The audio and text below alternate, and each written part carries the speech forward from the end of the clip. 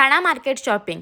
आज आम्ही चाललोय ठाण्याला आणि ट्रेनने चाललोय तर श्रियान बाबू इथे स्टेशनला उतरून म्हणतो, आई माझा हात सोड, मला एकट्याला चालायचं आहे. आणि आमची स्वारी झालीपर्यंत ठाणा ट्रेन झाली मिस. त्याच्यामुळे आम्ही नेरूळवरनं चेंज करून ठाणा स्टेशनला पोहोचलोत. स्टेशनच्या बाहेर आलोय तर आम्हाला दिसली महाबारांची मिसळ. ही मिसळ आम्ही एकदा जेजुरीला खाल्ली होती, त्याच्यामुळे म्हटलं इथे पण आपल्याला मिसळ दिसले तर इथली मिसळ टेस्ट करून घेऊयात. म्हणून आम्ही इथली मिसळ खाली तर ही पण टेस्टी होती मिसळ.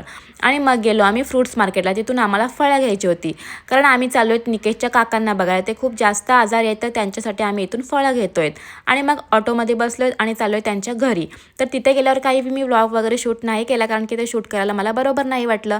आणि मग घरी यायला निघालो तर वाटेत सगळीकडे मस्त मार्केट भरलेला होता, तर काही शॉपिंग केलीच पाहिजे ना. मग इकडे तिकडे सगळीकडे फिरता वेळेस मला एक स्टॉल दिसला टॉप्सचा, तर तिथे मी टॉप्स वगैरे बघत होती. नंतर होलसेल साडीचं असं मला एक दुकान दिसलं. मग तिथे जाऊन साड्या बघितल्या, कारण मला ब्लॅक कलरची साडी पाहिजे होती मकर संक्रांतीसाठी, म्हणून इथे मी साडी बघत होती.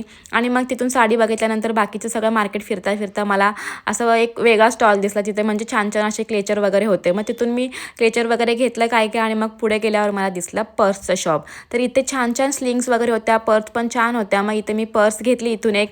आणि मग पुढे आम्हाला फिरताना लागली भूक, कारण आता आम्ही घरी चाललोय ट्रेनमध्ये, पुन्हा काय खायचा. म्हणून समोरच दिसला जम्बो वडापाव, म्हटलं चला जम्बो वडापाव खाऊयात. मग इथनं पहिलं टोकन काढून घेतलं आणि मग आम्ही दोघांनी जम्बो वडापाव खाल्ला. आणि श्रियान झोपलेला होता. आणि मग ट्रेनमध्ये बसून आम्ही घरी यायला निघालो. तोपर्यंत श्रियान बाबू उठला आणि त्याने खूप जास्त मजा केली. येता वेळेस ट्रेनमध्ये खूप हसत खेळत तो मस्ती करत ट्रेनमधून जाम त्यांनी मजा केली ट्रेनमध्ये. आणि मग आम्ही घरी पोहोचलोय. घरी येऊन काय रात्रीच्या जेवणाची तयारी.